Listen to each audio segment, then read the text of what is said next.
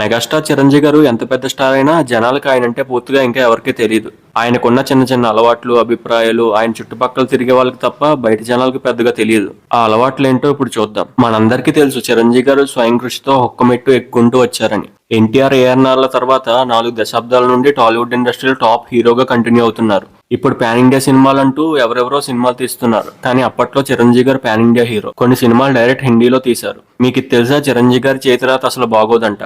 తను రాసిన దాన్నే కొంతకాలం తర్వాత చిరంజీవి గారికి ఇచ్చి చదవమంటే తన రాతను తానే చదవలేరంట. చిరంజీవి గారి హ్యాండ్ రైటింగ్ అంత వరస్ట్ గా ఉంటుంది. ఇప్పటికీ చేతిరాతను ఇంప్రూవ్ చేసుకోవాలని అప్పుడప్పుడు ప్రాక్టీస్ చేస్తూ ఉంటారంట. తనకి నటనలో పద్మభూషణ్ వచ్చింది కానీ తన చేతిరాత ఇప్పటికీ మారలేదంటూ చిరంజీవి గారే ఒక ఇంటర్వ్యూలో చెప్పారు. ప్రెజెంట్ చిరంజీవి గారి పారితోషికం 50 కోట్ల దగ్గర ఉంటే 1978లో విడుదలైన చిరంజీవి గారి పునాది రాళ్ళు సినిమాకి 1116 రూపాయలు తీసుకున్నారంట. చిరంజీవి గారికి బాగా ఇష్టమైన హాబీ ఫోటోగ్రఫీ అంట. చిన్నప్పటి నుండి ఖరీదైన కెమెరాలు కొనుక్కోవాలని చిరంజీవి గారు అనుకునేవారు. తన మధ్య తరగతి కుటుంబం వల్ల అప్పుడు కొనుక్కోలేకపోయారు. సినిమాల్లోకి వచ్చాక డబ్బులు వచ్చిన తర్వాత ఆయనకి ఇష్టమైన కెమెరాలు కొనుక్కుని ఆయన ఇంట్లో ఒక రూమ్ లో నింపేశారంట. ఒక వ్యక్తికి తన చిన్ననాటి జీవితాన్ని గుర్తు చేస్తూ ఇచ్చే ఫోటో ₹1,00,00,000 బహుమతి కన్నా చాలా ఎక్కువ ఆనందాన్ని ఇస్తుందని మెగాస్టార్ నమ్ముతారు.